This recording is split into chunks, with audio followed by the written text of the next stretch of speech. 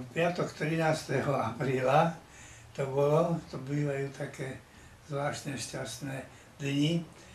No a dostal som tú cenu, ktorú som poznal, tak to preto niektorí kamaráti moji to dostali, ale predsa som ju len nedocenil celkom, pretože som zistil, že táto cena má väčšiu váhu než bežné ceny literárne, že si ju ľudia viac vážia a viac ju aj povedzme verejnosť sleduje.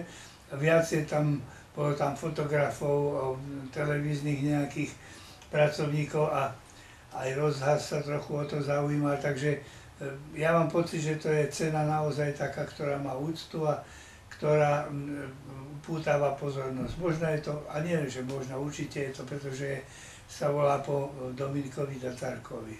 To bol človek, ktorého každý poznal, alebo každý chce poznať a každý vie, že to niečo znamená, tak to si zapamätáme. Takže vďaka tomu, že som dostal túto cenu, tak aj ja som tak trošku povýrastal v svojej koži.